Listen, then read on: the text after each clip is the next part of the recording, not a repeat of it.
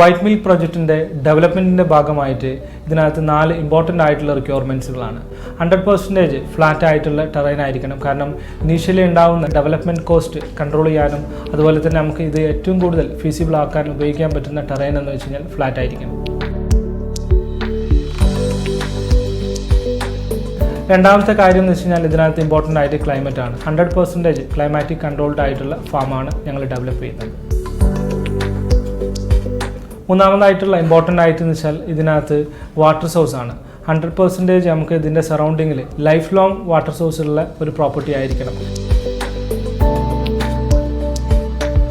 നാലാമത്തെ ഇമ്പോർട്ടൻ്റ് പാർട്ടാണ് ട്രാൻസ്പോർട്ടേഷൻ.